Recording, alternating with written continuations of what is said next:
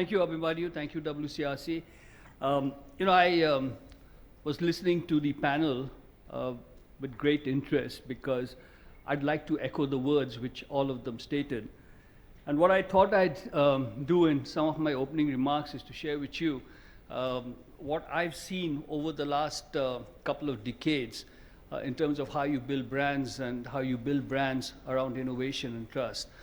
For those of you who don't know me, I'm currently the chairman for Microsoft in India, and I've been associated with the technology industry for the last 45 years. So it's been exciting times, and I think the word is exciting. It is not troubled. It is not about change. It's not about, VUCA is constant today. But the fact is that these are really very extremely exciting times. And I think over the last 5 years, we've seen a few other trends which are happening, which I think is going to reshape the world in which we live in.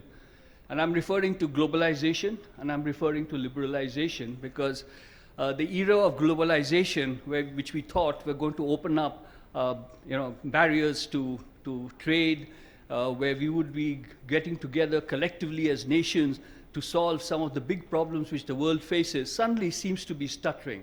And at the same time, liberalization, which we were seeing in governments across the world, are increasingly becoming more nationalistic. So yes, change is going to continue to happen.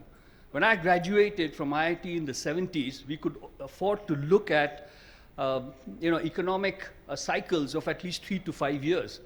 But in the last 2 decades, those have been actually very rare. It's very fortunate if you can get an economic cycle of just even a year, and sometimes it's even shorter.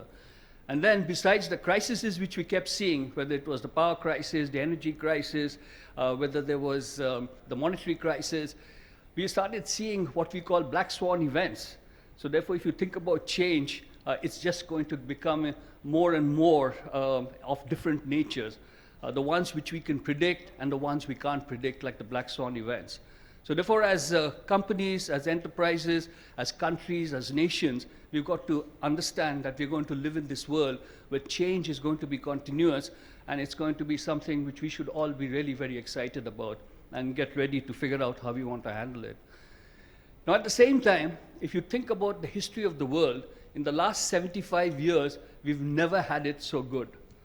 Yes, we've had a few wars here and there, skirmishes here, but if you think about the 2 big world wars and the economic depression which happened thereafter, the world hasn't seen that for the last 75 years. In fact, some economists say that today there are going to be more people who are going to die of overeating than of people who are undernourished. There are going to be more people who are going to die of old age than because they didn't get the right medical care.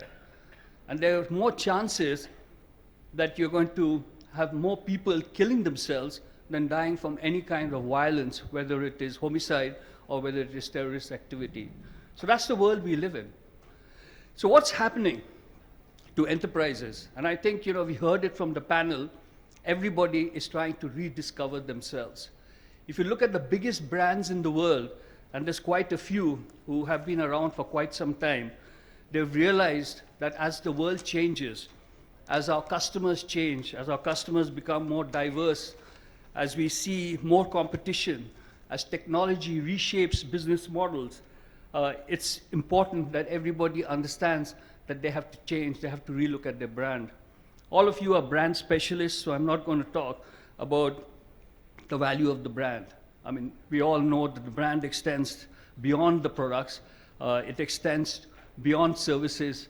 It talks about, it helps companies to get their customers, to make the whole process much more democratic, to make their products more inclusive. It's about involving people. It's about engaging with emotion. So I don't want to get into that. But if you think about some of the, what has happened to a large number of companies, they've realized that they need to make those changes even before they get impacted. Think of some of the older brands like Pepsi and Coke. They don't want to be known as aerated or beverages companies anymore. They want to really be considered to be treated as if they're providing healthy, nourishment and nutrients. So they're rechanging not only their product strategy, their distribution strategy, but they're also refocusing and relooking at what their brand means. And then if you think about automotive companies, all of them want to become more like Tesla. And think about Tesla. Tesla has revenues which paltry compared to General Motors and Ford, but it has caught the imagination of the consumer globally.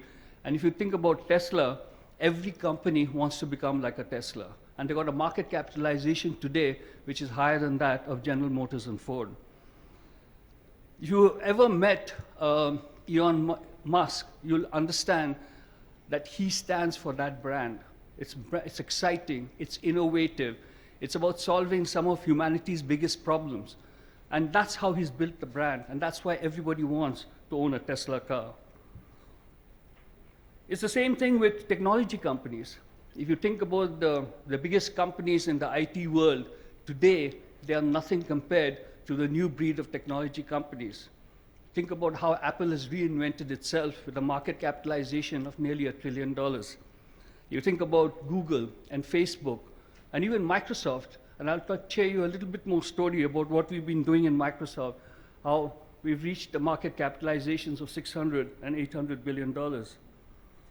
And it's all about not talking about products and services.